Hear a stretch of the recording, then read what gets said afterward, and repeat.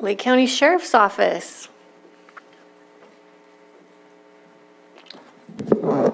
Good morning, still a little bit. Rob Howe, Lake County Sheriff Coroner. Thank you for your time. So I took this 5 to 7 minute thing pretty seriously, so our slides are kind of down to a minimum. We'll get this through as quickly as possible, but of course be willing to answer or discuss anything that you guys might want to talk about. So for 2022 accomplishment, we'll start with our repeater project. There are 12 repeaters in the county, I believe. We purchased those repeaters with Homeland Security funds. 3 have been equipped, and the remainder will be equipped in 2023. Implementation of STOP data reporting. So that's Racial Identity Profiling Act. We established a procedure to collect that and report to the Department of Justice. I think we have some more.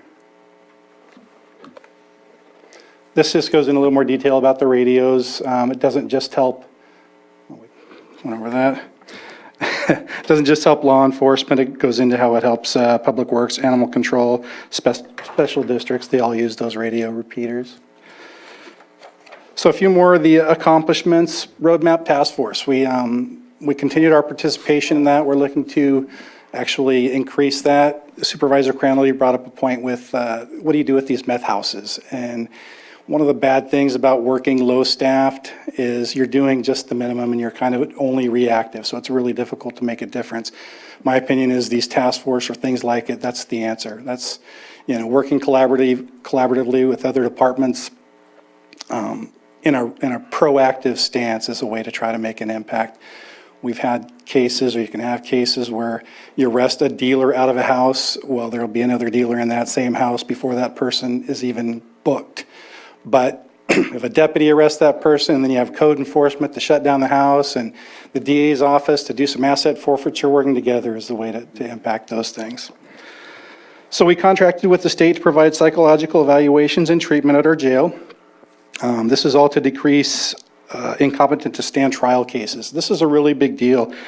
If the board hasn't been following SB 184, essentially the state has realigned the responsibility to decrease ISTs to the county. It's a tough thing because we really have, as a sheriff's department in the county, we really have very little control over it. We do make arrests, but so does LPD, CPD, CHP. And if a court determines that that person arrested is an IST, incompetent to stand trial, well, the state's determined that they've come up with essentially fining counties for the number of ISTs they have. The formula goes off a base year last year, and if we see more than that, we'll be fined for the number of ISTs we have. So these kind of programs that we've established in the jail are extremely important. Right now we're tracking to not be in that place, but that can change. We created and filled a staff services analyst position at the jail. This is a position created specifically to coordinate programs, classes, to reduce recidivism, to help that transition out of custody. Next is, so points of emphasis going on to 2023. There's a couple of them here. I'm going to go out of order. Progress toward completion of the Armory repurposing project. Lars spoke about that a little bit. That's a big project. As I understand it, we just finished the RFP for the architectural consultant, and that should be coming before the board at some point. But again, that's multi-years out, I think. Big thing to keep working on, but I want to focus more on improving the staffing levels through expanded and unique recruiting methods. One thing I wanted to, and work this into a little thank you. Right now, I'll give you a couple stats. We're looking at close to 40% vacancy rate in correctional deputies, 30% vacancy in deputy, and currently 57% in dispatch. And I bring those stats just to really thank the men and women who are there. If you can imagine working and doing everything in a sheriff's office does with that kind of vacancy rate. So just a big thank you to the employees that we already have. And we are looking forward to working closely with HR, being aggressive and innovative with our recruiting techniques to improve that in the coming years.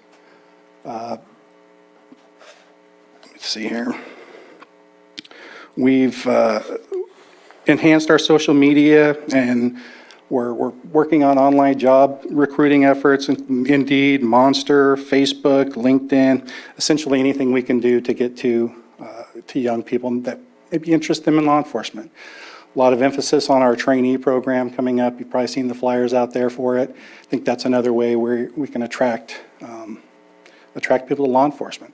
Again, this is an issue we could talk way more than 5 to 7 minutes about, is the recruitment issue, but that'll be our focus for 2023. That's what I have. All right, thank you. And you also got to experience your first disaster, second week, Yeah, and your staff, again, stepped up, so thank you for, tremendously. I thank them as well, Gavin and Leah.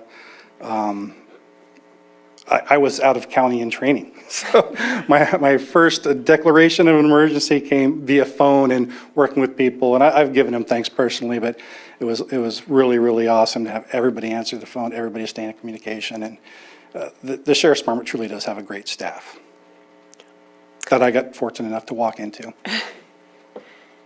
anyone from the board? No? All right, well, thank you so much. Thanks. So, Department of Social Services, and you're going to be doing that? No, I think we'll defer at this time, and since Mr. Harter is in the room, let's do him. Okay, we will move on to special districts. Good morning, Board. Good morning. Scott Harter, Special Districts Administrator. Thank you for having me today. I guess I want to start out by saying, the 2022 accomplishments, we've got capital projects. We've got a lot of capital projects in the works. Those are always the flashy projects, the whiz-bang ones that are like, ooh, gee, great, the visible ones. But the reality is we have 5 water districts and 4 sewer collection systems and 9 lighting districts that we maintain. And we serve 35,000 customers in the county, and my staff is incredible, and they do that day in and day out.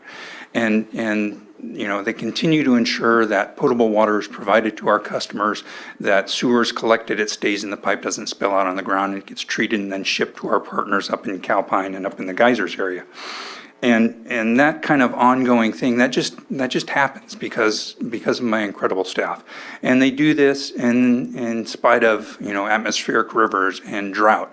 And so that kind of brings me to the first bullet point is, one of our accomplishments for 2022 was that in spite of, multiple years of drought and significant challenges, my staff was able to continue to provide potable water to those 5 water districts without interruption. Was it challenging? Yeah. Were they at the plant 24 hours sometimes taking shift? Yeah. Were we on the emergency intertie with the city of Lakeport at times? We were, but because of their dedication and their hard work and their skill and their abilities, we were able to keep water to our customers, without interruption. So that's probably the biggest accomplishment. Some of our other highlights on the capital project side, we completed the Quail Trail water main replacement project. So that's a grant-funded project to replace about 2,000 feet of water main out in our Spring Valley Water District. Construction has completed with the exception of paving back the trench cut. So that'll happen once things warm up. But that was an IRWM-funded project to reduce leaks out there, help keep our variance down, help keep more water in the pipes going to our customers. One of the other major accomplishments, and it's been needing to happen for quite some time, is that we were able to work with our ratepayers, even though it was contentious, to adopt a rate increase in Middletown. And that was before the board, and I thank you for your efforts in championing that as well, because it's really needed for the sustainability of that district.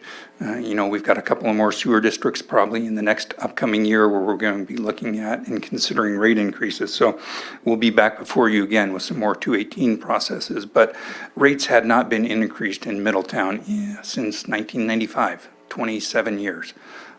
So those go into effect next month. Just fair warning, you may hear some public outcry. We're already prepared for it.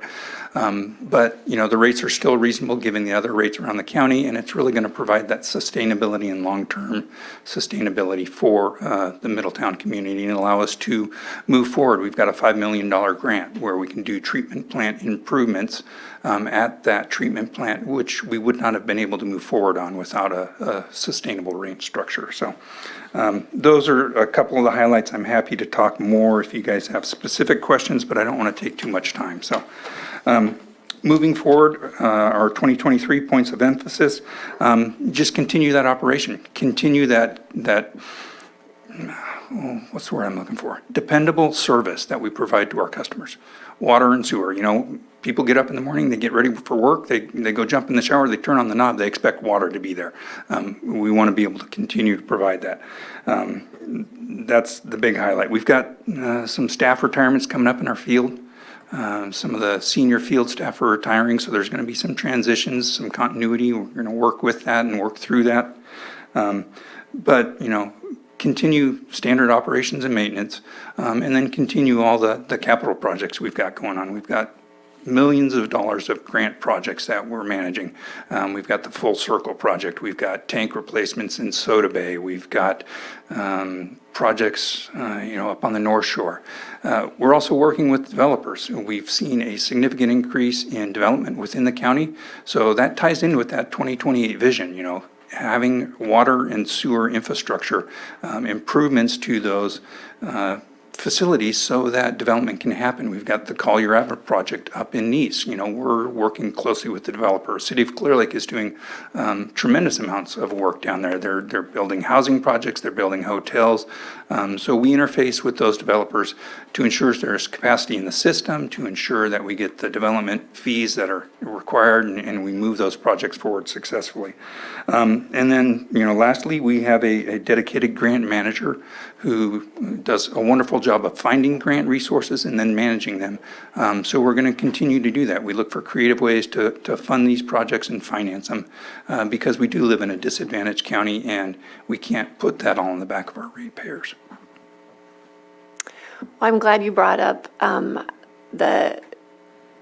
the high degree in which your staff performs, even during difficult situations, because they were obviously out there during the atmospheric river storms, but in the summer months when the lake was low and doing whatever it takes to keep the water flowing. So Yeah, couldn't do it great without team. them. We have a great team. Yeah. Yeah, Supervisor Crandall? just wanted to also emphasize, because you mentioned, all the responsibilities that special districts deals with, but also the lighting. Upper Lake, you got to the bottom of that situation with those lights, and that really helped out for the town, I know. And I know there's still work to be done, but figured out why it's, not to mention Clear Lake Oaks and that lighting district as well. So I know you're working on that, but I just wanted to highlight that so the public knows there's also other things that you guys are 9 tackling lighting as well. districts, which I didn't mention that we manage, yeah. Supervisor Green?